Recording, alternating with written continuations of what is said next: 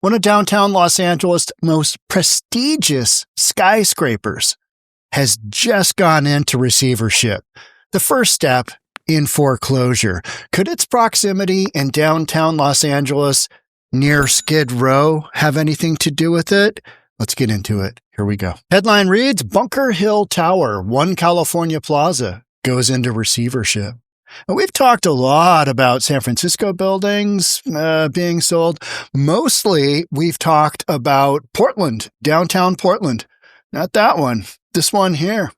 Portland's Big Pink sold for only $45 million, and it had a valuation of $372 million, something like that. We talked about another one in Portland.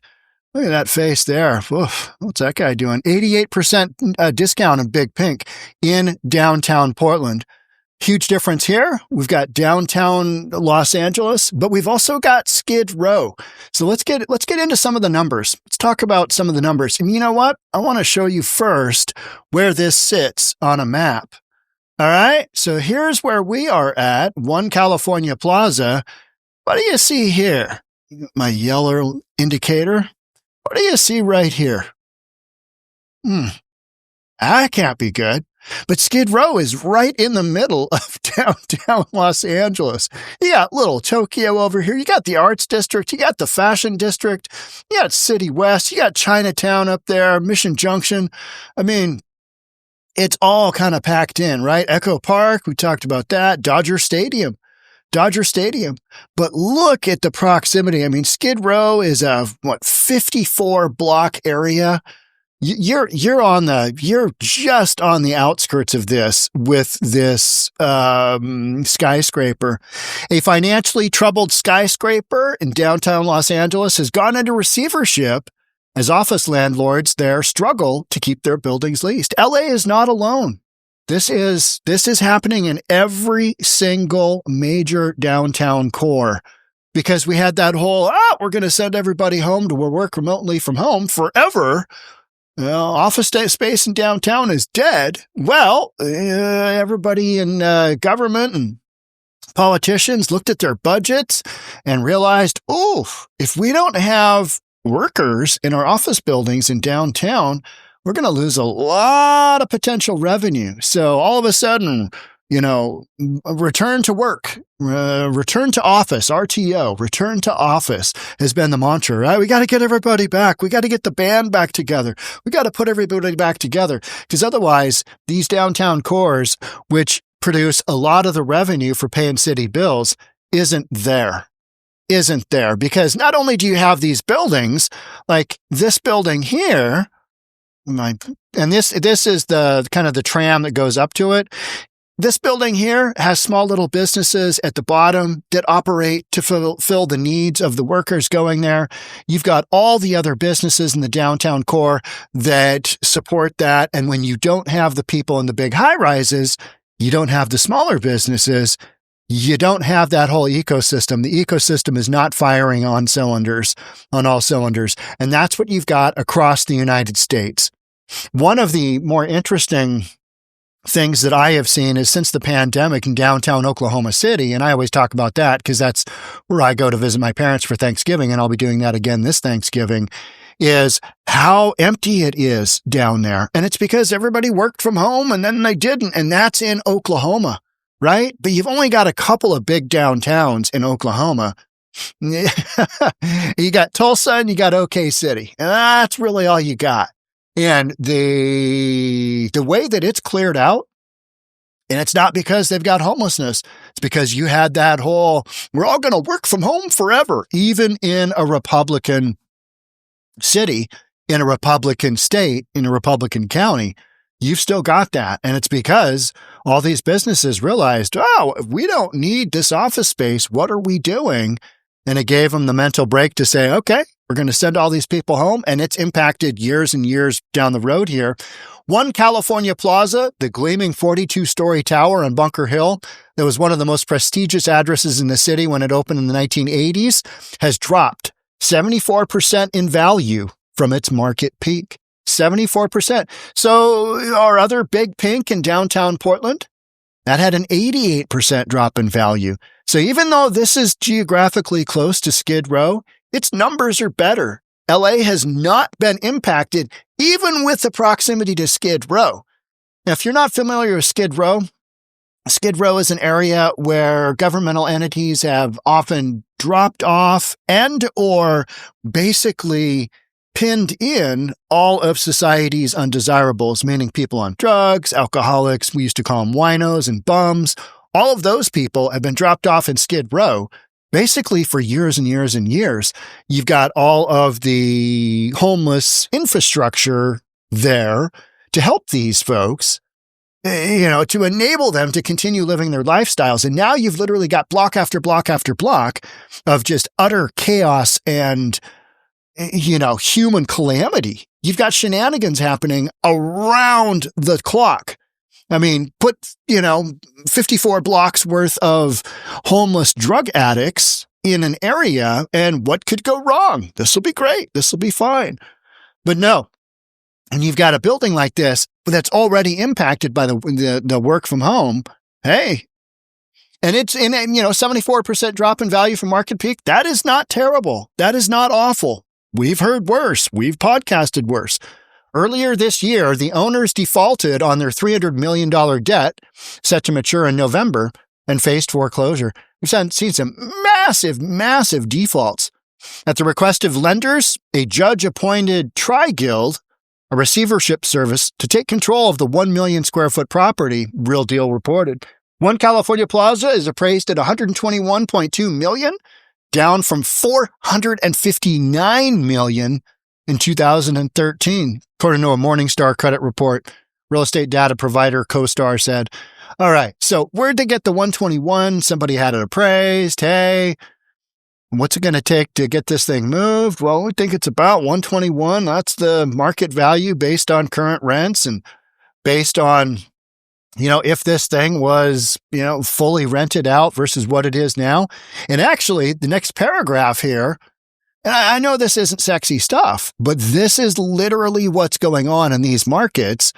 And a lot of folks aren't covering these stories because they're like, another foreclosure of a massive, massive skyscraper in a major North American city. This is what's going on. You've got these dynamics happening that to me are like, they're wild. They're absolutely wild. These numbers, 62% leased, that's not terrible. Net cash flow at the property trailed expectations by 37% last year. That's not awful. You're only 37% off your expected. That's not terrible. Now, it's been in the dumps now for multiple years. 2020, things were rolling before 2020, right? And then all of a sudden, the hammer got dropped, right? The COVID shenanigans ensued. Clear out the downtown cores. What could go wrong? This is what went wrong. And the building is now 62% leased. That is not terrible. That's pretty good. 62% leased, and you saw how close we are to Skid Row? That not awful. Not awful. And LA has this weird zoning where you've got like a 7-Eleven next to a skyscraper, next to a daycare, next to a nursery. Yeah, virtually no zoning. And the zoning, I don't know, a lot of that stuff is grandfathered. It's now 62% leased after the departure of major tenants, including law firm, yada, yada, which is set to relocate to Century City. Interesting. All right. We're leaving downtown, going to Century City, which some would say that's an upgrade. Others would say, Ownership of the property at 300 South Grand Avenue includes Los Angeles landlord Rising Realty Partners, which declined to comment on the receivership. They're not going to say anything about this because, you want to say any publicity is good publicity. That doesn't necessarily go if you're a real estate dude and you're talking about foreclosure, talking about short sale, talking about foreclosure, talking about deed in lieu of foreclosure, any of those things. Those are, no comment. Thank you. Appreciate the call. No comment. In recent years, downtown office market has shifted against landlords as many tenants have reduced their office footprints in response to the COVID-19 pandemic, when it became more common for employees to work remotely. And that's what you had happen. That's what we're looking at. And then on top of that, interest rates they spiked for everything, right? In residential, we had 2.75% to 3% interest rates, which is unusual. I mean, historically, just everybody went out and bought whatever, because when else are we going to get this cheap money? Same thing with commercial. Elevated interest rates recently have weighed on prices by making it difficult for building owners to refinance debt, pushing them into quick sales or foreclosures. They don't have that option of, hey, let's get an appraisal done. Bring in the appraiser, bring in the commercial appraiser. He'll come up with the value. Lender will rework your debt and they'll do something. They'll figure something out. But when you've got a massive decline in value, nobody's going to touch that, because in order to refinance that debt, you got to have enough equity in it for the lender to want to do it. Because otherwise, why wouldn't you just walk away from it? And so without that ability to have that backdoor exit strategy of the refinance, which the numbers don't work when you're off all your financials and the value is way down, even if it's not 88% off, like the Big Pink in Portland, you're 74% off. That is basically 3/4 of your value just gone, right? Gone. You got no equity. You've got zero equity, and do you want us to lend you millions and millions, hundreds of millions of dollars? No can do, cowboy. Just no can do. So quick sales or foreclosures. Some downtown LA office tenants have expressed concern that the streets feel less safe. There's that. Drives me crazy. I have great concern. Yeah, your stores are being robbed blind. You've got homeless people roaming around the neighborhood, oftentimes chasing each other with swords, urinating, defecating, leaving garbage everywhere. And you have concern that the streets feel less safe than they did before the pandemic. Absolutely. Crime, homelessness, just skyrocketed during the pandemic. And they've left for other office centers, including Century City. That's the nearest one where you've got kind of a downtown core, right? Where you've got that whole commercial thing. Because LA is so spread out. I mean, you can drive an hour and not have gone from one side to the other. Rush hour traffic, you're talking probably, a good couple of hours? Downtown LA has 54 office buildings that are at immediate risk of devaluation. Well, they're already devalued. They're not in the risk of devaluation. That's already happened. Hence, this one here. And can result in nearly $70 billion in lost value. That has probably already happened. That has already happened. And it might be more, because you're just taking guess here. You're just taking estimated guess, and we're going to do a matrix of the assessed values, and we're going to multiply them by a market value decline of 65%, 70%, 75%, something in that range. $70 billion in lost value over the next 10 years, creating a potential loss of $353 million in property tax revenue. That isn't good. That isn't good. And it's the trickle-down effect. It's the trickle-down effect of all this. This is one more of those things that even if you can't pin a whole bunch of this on proximity to Skid Row, which I would argue you can pin some of it on Skid Row, because that doesn't help, right? That does not help a potential buyer coming in. They take a quick walk around the community and they're like, hey, got a lot of tents here. Well, what's up with all the tents? Oh, that's just Skid Row. Don't worry about it. Let's see. Type on my cell phone, Skid Row, LA. Oh, good Lord. No, thank you. Thank you very little. The report suggested converting some of them to housing because they potentially could have more value as apartments or condominiums, which could help mitigate expected tax losses.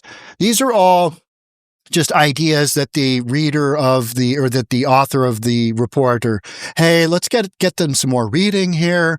We're going to throw out, they could become apartments or condos. Yeah, maybe, but conversion is just nutty. Is there a market for it? Do we have a market for apartments or condos next to Skid Row? Good question, right? Is people leasing office space?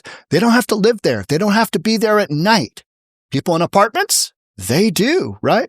Converting just 10 big office buildings to housing, here's where you come into, if only we did this, Converting just 10 big office buildings to housing would boost their combined assessed property value over a decade by $12 billion, adding, and a partridge in a pear tree.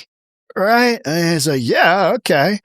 Well, if we all just worked, 350 days out of the year, we'd be more wealthy.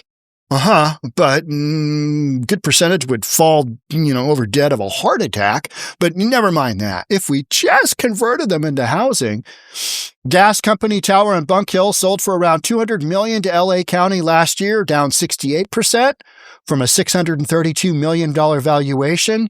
777 Tower at 777 South Figaro Street sold for $120 million, 70% drop from its 2013 sale. Another one, valued at $446 million, is now worth about $150 million, a 66% decline. So even though we are talking about Los Angeles and we're not talking about Portland, the LA numbers, these numbers here are not horrific. And if those are indicators, if you arrayed that data, you've got, downward valuations of 68%, 70%, 66%, and you got 64 on ours. So you array the data from lowest to highest, do your mean, median, and mode with 4 data points. It's still not as bad as most of Portland. And that's why I say most of Portland, downtown Portland has been impacted more so than just about any other big North American city downtown commercial space. And Portland got the extra whammy. They've got a whole bunch of different circumstances going on, including some of the most resilient homeless. That's how I'm going to put that. Most resilient homeless in the United States. LA's Skid Row, same thing. But I think LA, it's kind of a given, right? And in the 1980s, I remember Joe Rogan talking about he was filming The Fear Factor, and they were up on a crane doing one of those, they were on a set that was elevated, and they could look over the side of the set, and they're literally in Skid Row. And this was the late 80s, probably early 90s. And, guests on his show would be like, what are they doing? And Joe Rogan would go, that's Skid Row. Those are homeless people doing what homeless people do. Just screaming at each other, just some weird interactions. That was back in the 80s when this building was constructed, 1980s. Went through a big, big surge of commercial space. This was one of those. And now it's in an area that is well established as Skid Row. Not where you want to be. No siree. I mean, it is, that's one of those markets where you look at some of the YouTube videos and people are like, yeah, you need an escort through this area because it's that dangerous. You've got different gang affiliates basically running the streets. The police don't want to go in there unless there's a murder. Those kinds of things. So to have a commercial building, and hey, I mean, if it's 60% filled, that's pretty good. If you're only down 74%, that is not terrible. These are not terrible numbers. And yet you're going to see this stuff all over the United States because we're coming to that point where big owners of commercial real estate get to that point where they've basically held off making those payments for long enough where the lenders are like, all right, it's pretty clear we don't have an exit strategy here other than you guys need to leave as, being on title. We're going to take over. We're going into receivership. And then eventually we'll go into foreclosure. And, the Big Pink building in Portland, which I talk about a bunch, it's had its sale, I think, postponed 3 or 4 times because that's how that goes. The lender doesn't want to put it on, they've got to go through all of this protocol and an attorney will throw out, well, what about this? What about that? And we'd like to present this or, there's something that comes up where they've got to basically postpone the sale. It will be super interesting as we start to see this stuff go through the marketplace, what it actually sells for. But there are individuals out there right now who are going to make an absolute killing buying these properties. Because I know, so many of you think, well, they're in these big liberal blue run cities that are never going to get any better. Well, they will. They'll get better. They're not going to ever be perfect because constituents and because of politics. They're not going to be your, whatever. They're not going to be your idyllic setting for somebody with more conservative values to own a property. But that doesn't matter. You've still got enough businesses that are going to be in the area taking down this commercial space. And we've proven that with the one that we're talking about, the one here in LA. We've proven that with, you've already got more than half of it occupied, a few years after the pandemic. That is, that's not nothing. It's not nothing. But moving forward, we'll have a bunch of foreclosures. Some guys are going to make some really big money because these are commercial buildings. They're based on income streams. They're not based on, does your wife like the kitchen? Does your wife like the master bathroom? Oh, she loves it. Let's buy it. Based on numbers. They're based on income streams. They're based on capitalization rates. Basically taking what it should rent for, multiply it by a cap number, and that is your estimated value for. That's a wild simplification of the process. There's a lot that goes into that. At least that's as appraisers. That's what we tell the world, because then we've got, job security and there's all that. Commercial is a very different, appraising commercial is very different than residential. And that's why I say in residential, you've got something called the amenity value of the home. Wife loves the kitchen. Wife loves the backyard, wants little Johnny and Susie to be hanging out back there. Commercial, you got a bunch of owners who might be spread out over the world. Yep. What are the numbers? Yep. Okay. Let's go. Let's buy it. And so you're going to see a turnaround, and you're going to see some guys make some absolutely huge money. But in the meantime, it'll be interesting to see kind of what these numbers pencil out at. How much is somebody willing to pay for a 1 million square feet skyscraper next to Skid Row, downtown LA? We're going to find out. Make sure you're subscribed. Hit that notification bell. If you enjoyed this video, hit the like button. I'll see you on the next one. Thanks for joining. Bye for now.